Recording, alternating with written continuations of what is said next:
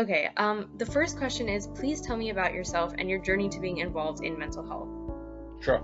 So I started in a very unusual fashion. So I come from financial services.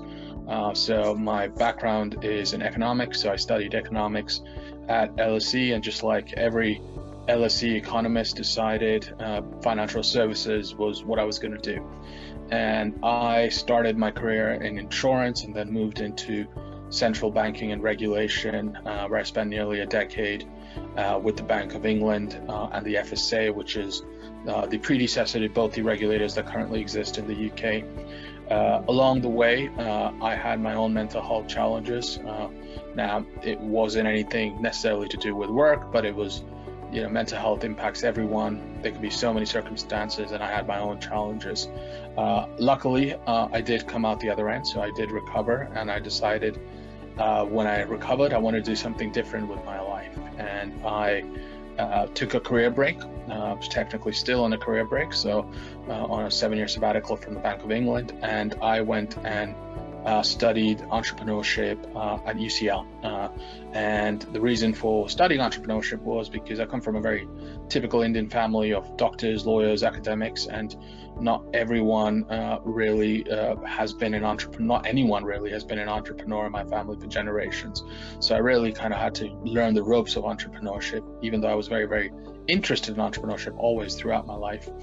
And I did my entrepreneurship degree and did my academic dissertation, or as you call it, thesis in the States, on depression and anxiety.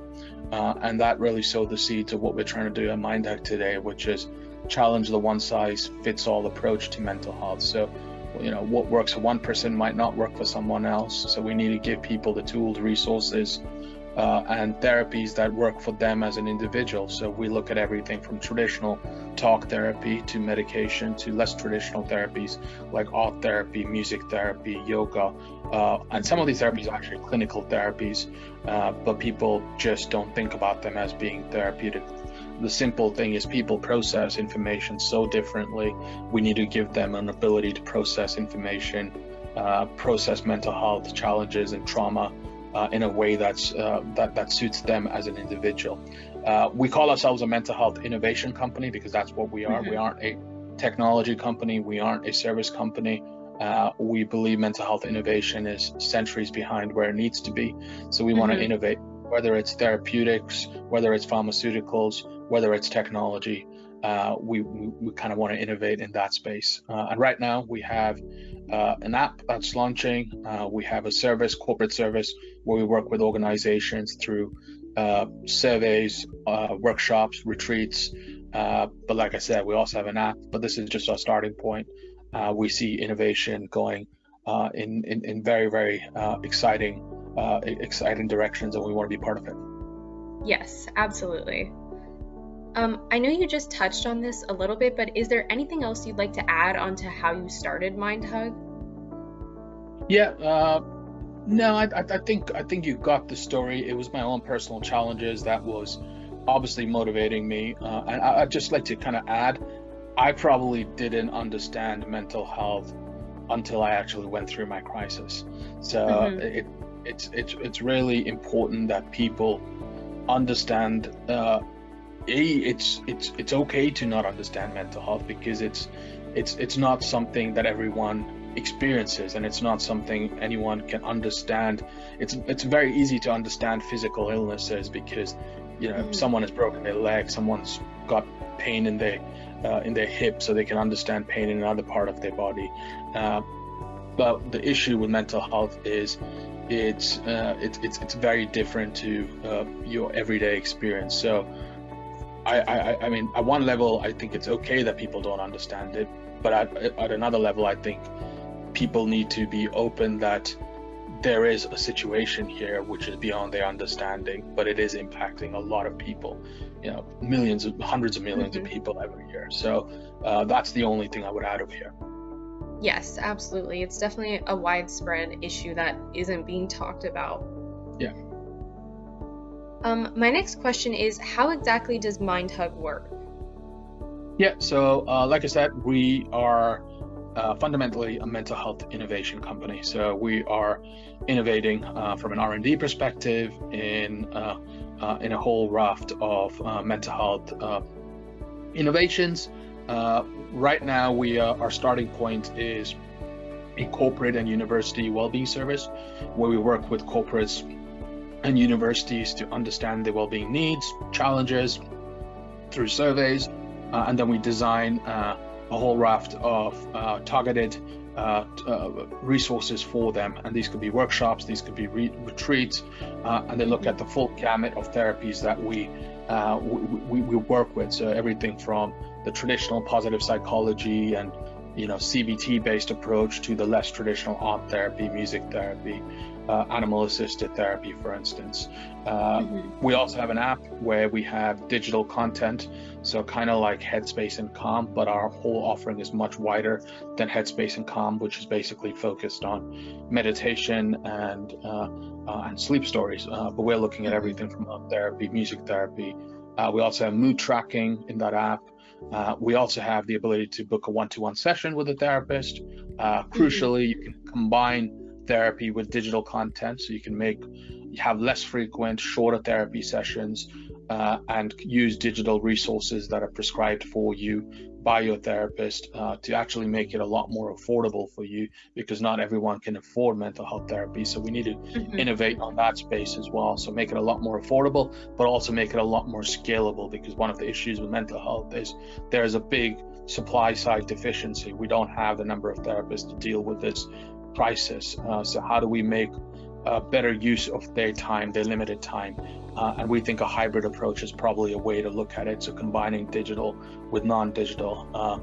Over time, we want to introduce artificial intelligence as well, and hopefully use the data that we are getting from how individuals are engaging with the app to try and understand what works for them, what doesn't work for them, so we can point them in the direction of therapists and therapies that are more likely to have an impact on them. So that's kind of us. But like I said, again, I'm going to stress, we are not a technology company. We're not a service company. We are a mental health innovation company, and innovations will come from everywhere. It could be, there's a lot of discussion going on about, for instance, psychedelic therapy in a very, very controlled manner with a therapist who understands, the psychedelics that can be beneficial for people. That might be something we look at in the future as well, depending on regulations, depending on where the research takes us. But it's just an example of where our R&D and innovation can take us. So it's basically about like finding the right type of therapy, even if it's not traditional, and like working like with that digital content or therapists on like someone's like mental health care journey. Correct. Yeah, absolutely. Wow, that's amazing. My next question is, what have been the challenges in doing all this and establishing your company? Yeah, I think the challenges are pretty consistent across all startups. So we don't have an infinite budget, right? And fundraising is very, very challenging for startups in this, especially in this space. It's not easy to get funds, and that makes it very, very challenging to develop the product and continue to evolve it and take it in a direction, because you need people for that, you need skills for that, and it's not easy to get people to work without funding. So I would say funding is a big challenge for any startup. The second thing is customer acquisition. So because although there's been an emergence of companies and universities spending on mental health, it's still a drop in the ocean, and you got the same pound or dollar chasing MindHug as chasing a coupon that adds happiness to individuals. So the well-being budget is, if you have let's say $2 per individual, it really depends on how the HR team or the well-being team defines well-being for that organization. Some would define well-being as Headspace, some would define it as MindHug, some would define it as a website that gives coupons and deals because that increases happiness for individuals. So Mhm. even though we are quite different to what's there in the market, we're still chasing the same dollar and pound that other organizations are chasing. So I would say Mhm. customer acquisition is an issue, and that also links to funding, because the more funding we have, the more we can get our brand out there, the more we can convey how different we are, and the way more we can market ourselves. So it kind of links to funding as well. So I would say those are the two issues. But then the final point I would say is more around the technology and regulation. So we need to make sure our technology is fit Mhm. for purpose, and we aren't, having any regulatory challenges that we aren't aware of. So I would say that would be the biggest challenges from our perspective. Yes, absolutely. My next question is, why is it so important to improve mental health in the workplace, considering its impact on productivity, quality of work, employee retention and satisfaction, and so many other factors? Yeah, and that's a big question. And the truth is, we are seeing a epidemic of enormous proportions. I mean, I Mhm. don't know how many people. I'm sure everyone has heard of the Great Resignation since COVID, which Mhm. statistically you've had nearly 30% of the workforce leave their jobs, and people have interviewed the people leaving their jobs, and about 60%, so nearly 2/3 of them actually say the reason for leaving is their mental health. And Mhm. So there's a huge crisis there from an organization retention perspective, but equally, we have a social responsibility to help people suffering. Mhm. And it's not only the economic losses, and the economic losses are enormous. I mean, I think that in the UK they suspect each employee loses roughly £3,000 every year due to mental health on an Oh, average. wow. And Mhm. that's an enormous number. Depression and anxiety could lead to a 1 trillion economic loss across the globe, which is, I'd say close to the GDP of a country like Australia, for instance. So you're losing Mhm. something like in Australia every year due to mental health. And for the companies, if you lose one star employee, is it actually cost you up to 4 times the user's salary. So because Mhm. they have knock-on impacts on other people's job. Then there's presenteeism, there's absenteeism, which is people not actually sure, being there but not actually being in the right headspace. Mhm. So I mean, hypothetically, let's assume we've got a 35,000 average salary in the UK per employee, and let's assume you have a 35,000 average salary star employee. The actual loss of losing that person is 4 times that, which is about £140,000, which is a lot of money. So Mhm. and the truth of the matter is these things are fixable. So the return on investment for actually investing in mental health is exponential. I mean, Mhm. Deloitte did a study last year, I think it was, and they said that for every £1 or $1 you invest in building a culture of well-being in an organization, you Mhm. can get a return of 6:1.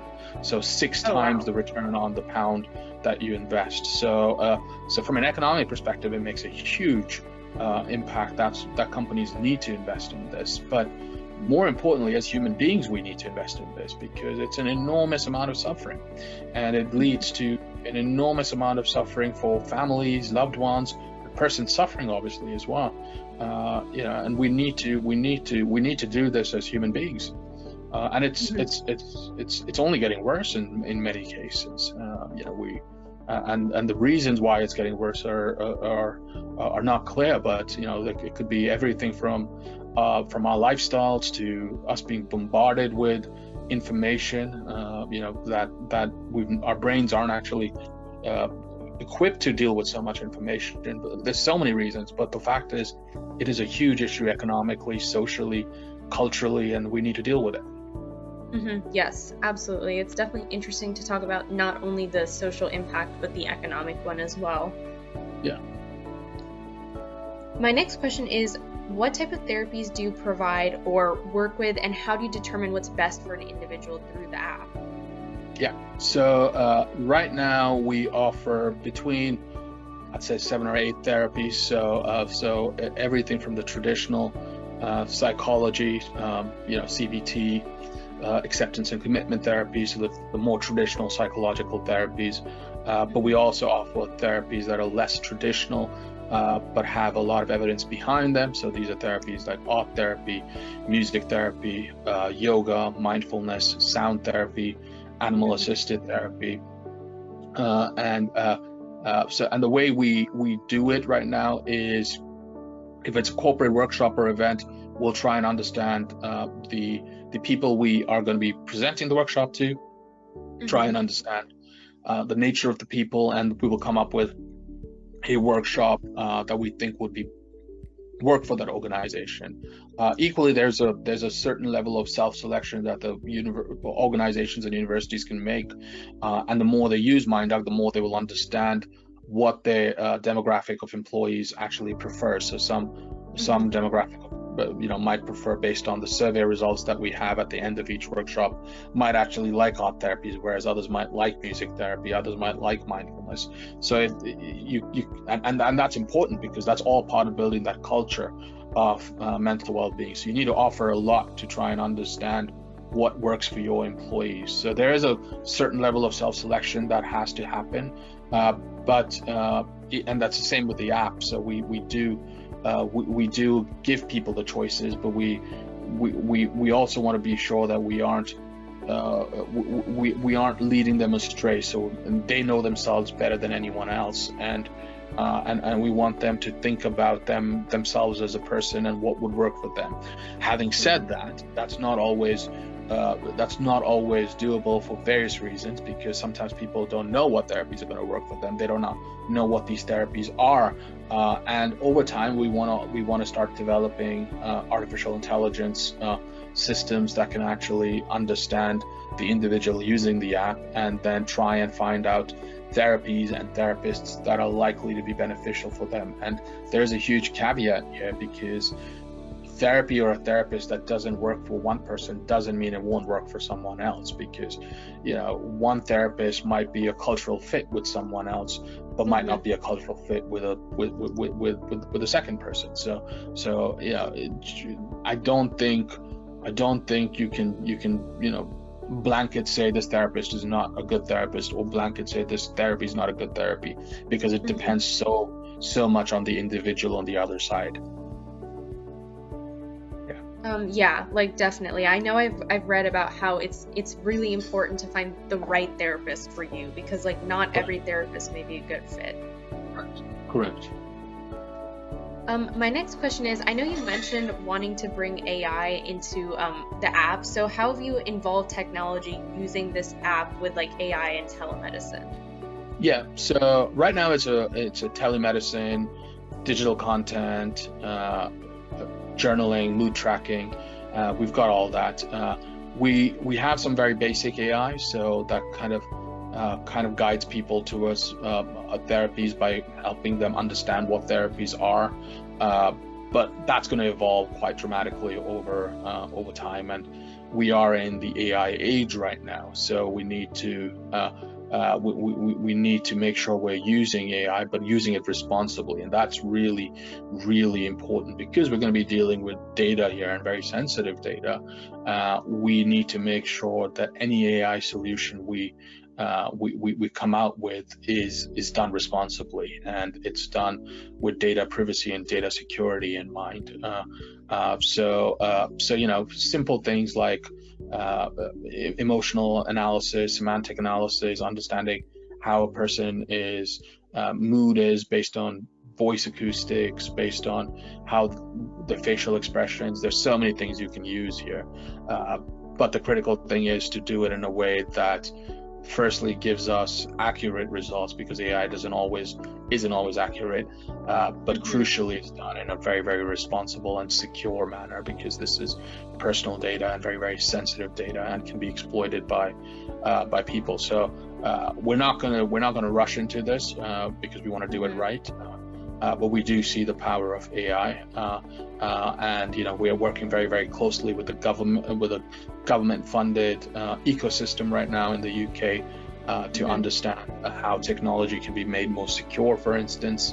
And we worked on several projects with them to make data more secure. So we want to bring in the security aspect with the AI as well. But to summarize, we use AI very sparingly at the moment, although there is some use of AI, but over time we want to start using AI a lot more, as long as we can ensure it's done in a responsible, compliant, and secure manner. Yes, I know data privacy is a large concern around AI. Yeah. My next question is, after the pandemic, did you notice an increase in mental health struggles among people? Yeah, I've thought about this, and I wonder. I'm sure there's been some increase. I mean, being locked up in one place for years can definitely do a lot of damage to your mental health. So I'm sure there is an increase. I also think what's happened is, because we've seen an increase due to COVID, a lot of people have become more open to actually expressing mental health challenges they have. So I don't think all new mental health challenges can be attributed to the lockdown. I think the lockdown acted as a catalyst to new mental health challenges and new people suffering with mental health issues, but also acted as a catalyst about people talking about mental health issues. I still think we have a long way to go. And I say this anecdotally, people are much more open about saying my friend had a mental health issue or my family member had a mental health issue, but I still think people are still a bit reticent about saying that they have a mental health issue or they're seeing a therapist. And that varies country to country. Some countries are very open about it, or rather there's less stigma about it, whereas there are countries where there's a lot more stigma as well. So I still think we have a long way to go. Do I think the pandemic had an impact on mental health? Yes.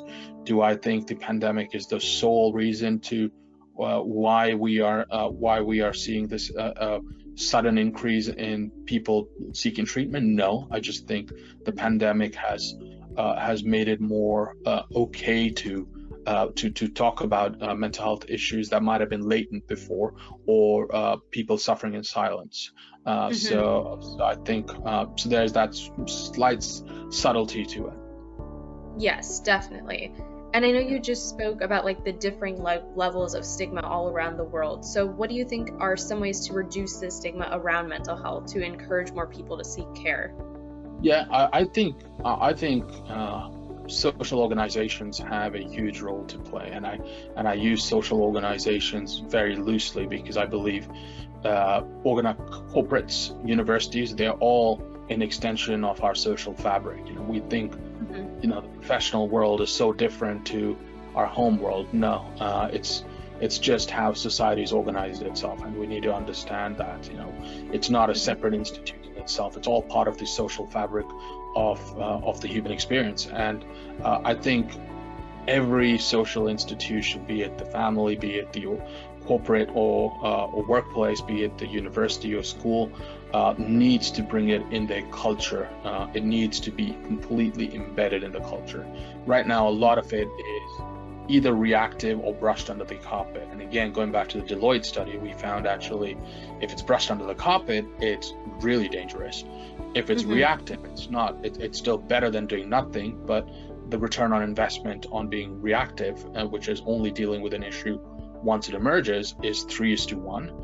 So $3 for every dollar you invest. And what that also means is you're sometimes dealing with the issue too late, because the earlier you actually deal with an issue, the better the prognosis of the individual is for actually recovering. So whereas if you make it part of the culture, the fabric, so have the proactive solutions, have the reactive solutions, have a culture where it's okay to talk about you not feeling okay, having support from your manager, or having support from a counselor at school, everyone getting behind mental health, that's when the return on investment from an economic perspective is 6:1. And then obviously from a personal suffering perspective, it's exponential, because you deal with a situation before it really gets that bad, when it actually becomes harder and harder to actually resolve it quickly. It can still be resolved, and I still think mental health is and will be curable. But I think it becomes longer and more protracted, and possibly more difficult the later you deal with it. So I would say we need to make it part of our social fabric at all levels of social institutions, and we need to be talking about it from a proactive, reactive, and just being open and honest about it. And part of that is education. So we need to improve psychoeducation, so people actually understand what mental health is, why people suffer from mental health. I think it's okay to say you don't get mental health because you've never had a mental health issue, but I don't think it's okay to say that means there is no mental health issue. There's a fine line over there, and I think psychoeducation can be very, very important. Yes, education and awareness is definitely a big part of it. Yeah.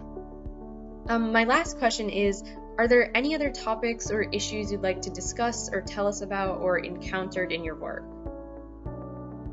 No, I think you've asked all the right questions. I would just say that, look, if you are suffering, don't suffer in silence. It's there is support out there. There is a lot of support out there, and it's better to get the support early, and linked to that is the importance of actually dealing at this not only at the workplace level, but dealing at this at the school and university level as well, because there's a belief, in fact there's a statistic that's used very, very often, that 75% of mental health issues actually emerge before the age of 24. So dealing with it in the workplace is probably dealing with it later than you actually should be dealing with it. If you want to stem the flow of mental health issues in society, you need to start at the school and university level, and try and resolve issues earlier on, and that requires, as you've already asked, a whole culture and a cultural shift, which is shifting, but we still have a long way to go. And that cultural shift is letting people know that it's okay if they're not feeling okay,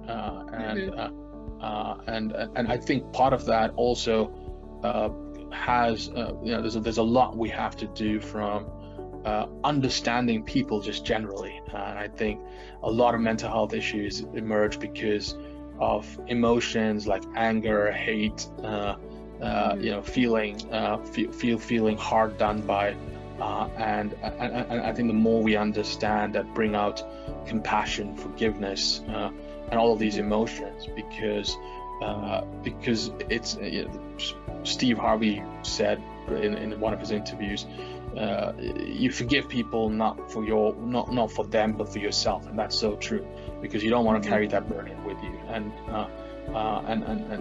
sometimes people behave in manners that is completely out of their control. So I always say you detach the person from the situation, because a situation can be really, really tough, but very often the person who is led to that situation has their own story, has their own psychological burden that they are carrying, anyway, that's gone on a bit of a tangent, but the bottom line is